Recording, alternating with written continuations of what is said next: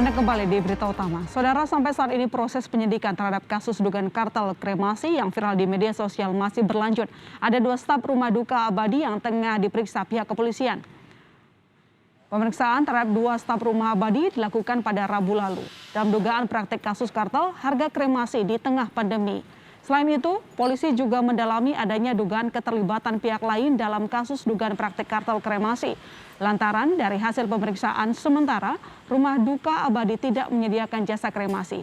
Polisi mengimbau masyarakat yang merasa dirugikan atas kasus kartel kremasi segera melapor. Dari salah satu rumah duka yang kemarin sempat viral, untuk sementara sedang kita ambil keterangan, kita lakukan pendalaman. Rumah duka kan tidak memiliki krematorium sendiri, makanya mereka ada pihak ketiga yang melakukan kremasi, jadi masih kita dalami dulu perannya masing-masing. Sebelumnya viral di media sosial tarif kremasi jenazah dipatok senilai Rp45 juta. Lebih rinci, dalam kwitansi yang viral tersebut, total tagihan dari rumah duka sebesar Rp80 juta. Selain tarif kremasi, nota juga mencatat pengenaan biaya lain seperti peti jenazah Rp25 juta, transportasi Rp7,5 juta, dan pemulasaraan Rp2,5 juta.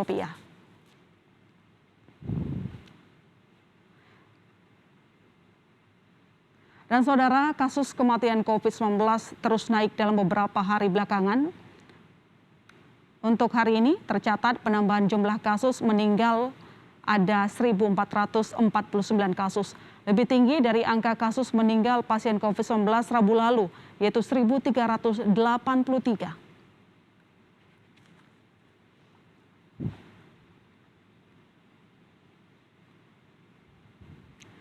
Di tengah sulitnya keadaan karena pandemi COVID-19, ada saja yang tega bermain dengan menaikkan harga kremasi sampai puluhan juta rupiah.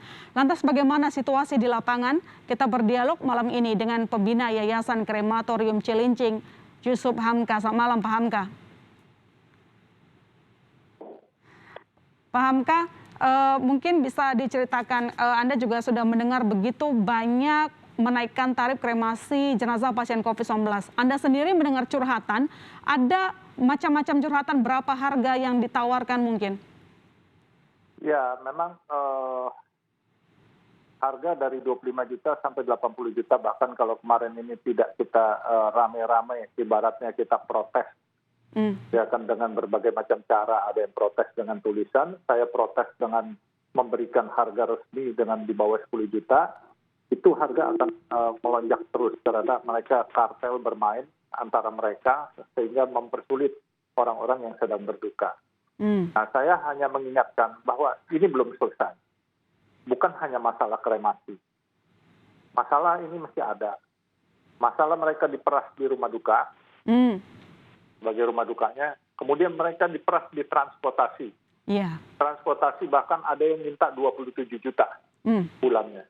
Dengan alasan kalau nggak dapat rumah kremasi, jenazahnya mesti taruh di dalam mobil. Jadi mereka harus nunggu. Tetapi nalar saya mengatakan, kalaupun sewa mobil 1 hari 2 juta, nunggu paling 5 hari, 10 juta. Kenapa sih harus diperas 27 juta? Kemudian biaya pelarungan. Pelarungan di tempat kami itu 1,5 juta aja, tadi pagi saya sudah mulai marah. Saya bilang, itu siapa yang buat? Katanya nelayan-nelayan di sana. Tolong dikoordinir nelayan-nelayan yang di pinggir Laut Cilincing untuk supaya bisa bekerja sama secara manusiawi. Kalau mereka tidak mau bekerja sama, sehingga mengakibatkan kesengsaraan orang yang sedang berduka, nanti saya akan beli kapal-kapal atau perahu-perahu sendiri untuk melarung itu dengan saya berikan gratis. Karena ada donatur yang ingin memberikan. Nah, oleh sebab itu saya minta sama mereka, pengurus Yayasan Krematorium Dr. Aji Cece Sarjana Hukum, untuk bicara sama para nelayan. Janganlah mengambil kesempatan dalam kesempitan. Kalau mereka masih tetap, kita akan dapat donasi kapal dan kita akan larung sendiri dengan biaya cuma-cuma. Itu. Iya, apalagi sebenarnya regulator pemerintah pusat sudah punya peraturan jelas di situ. Biaya pemulasaraan sampai pemakaman itu ditanggung, ada klaimnya di situ. Tapi begini, mungkin bisa dijelaskan kepada kami, biaya normal tarif kremasi itu berapa sih Pak sebenarnya? normal tarif kremasi sebelum kemarin keadaan COVID sampai sekarang pun yang non-COVID, di krematorium kami itu hanya 4 juta yang pakai kayu bakar. Kemudian yang pakai gas 5 juta. Gitu. Jadi sehingga ke yang COVID karena membutuhkan APD, membutuhkan disinfektan, dan membutuhkan kerja lembur, sehingga akhirnya biayanya tambah sedikit kurang lebih ya 30%, 40% gitu. Oke, tapi sekarang akhirnya dinaikin 70% karena tadi kebutuhan-kebutuhan tadi ya. Kembali ke masalah penambahan SDM tadi, jumlah kasus terus naik, angka kematian juga sekarang cetak rekor lagi Pak, 1.449. Nah, mungkin bisa digambarkan bagaimana aktivitas di krematorium Cilincing dan bagaimana kesediaan SDM di sana? Memang mau nggak mau SDM kita nggak berani juga untuk mengambil yang permanen, sehingga kita minta ke SDM-nya harian untuk membantu jenazah yang mulai mengantri. Dan tadi pagi kami jam 6 di sana meninjau ke sana. Saya mengatakan saya ketemu saudara-saudara kita, teman-teman kita yang ingin membakar jenazah itu dari teman-teman umat Hindu, orang dari teman-teman suku Bali, terus juga teman-teman dari umat Kristen dan umat Buddha di sana. Dan saya bilang tempat ini terbatas, hanya ada 10. Jadi kita akan buka 24 jam. Dan silakan nanti, tapi mohon sabar. Semuanya kita akan utamakan. Nggak ada yang kita tidak utamakan. Karena jenazah ini harus segera dibakar. Lalu mereka mengadu bahwa mereka diperas di rumah duka. Oke, saya bilang, itu ada rumah penitipan abu di Cilincing itu, almarhum kakak saya punya. Saya bilang itu aulanya gede, silakan dipakai sebagai rumah duka transit. Bukan rumah duka permanen, tidak bisa berhari-hari. Jadi kami berikan toleransi untuk 2 jam, 3 jam, untuk ditaruh di sana jenazahnya sebelum dikremasi, dan free of charge kita kasih. Jadi itu sebagai fungsi sosial kakak saya lah itu. Oke, baik. Tapi kita kembali ke data tadi, Pak Hamka. Apa yang diperlukan dari regulator supaya proses pelayanan di tempat kremasi berjalan dengan baik? Mengingat yang tadi mencatatkan kasus kematian yang terus bertambah beberapa hari belakangan. Gini, kita nggak bisa menyalahkan regulator atau menunjuk siapa. Regulator sudah cukup lelah. Pemerintah sudah capek sekali. Kita harus bergandeng tangan. Masing-masing kita harus mempunyai inisiatif sendiri untuk meringankan beban pemerintah. Negara sudah bekerja dengan maksimal, sehingga kita-kitalah swasta ini yang diberi kesempatan. Ada yang izin permanen, ada yang izin sementara. Marilah kita mempunyai rasa empati, jangan kita memanfaatkan kesempatan jika orang berduka, dan kita bantu, selain bantu pemerintah, bantu negeri yang sedang berduka, kita bantu juga saudara-saudara kita yang memang mungkin keadaan keuangannya sebelum meninggal saja sudah banyak keluar untuk biaya rumah sakit. Di rumah sakit pun mereka sudah kena mafia-mafia yang menjual obat, mungkin juga menjual kamar, kemudian sampai ujung kematiannya pun, sampai dilarung pun masa harus diperas.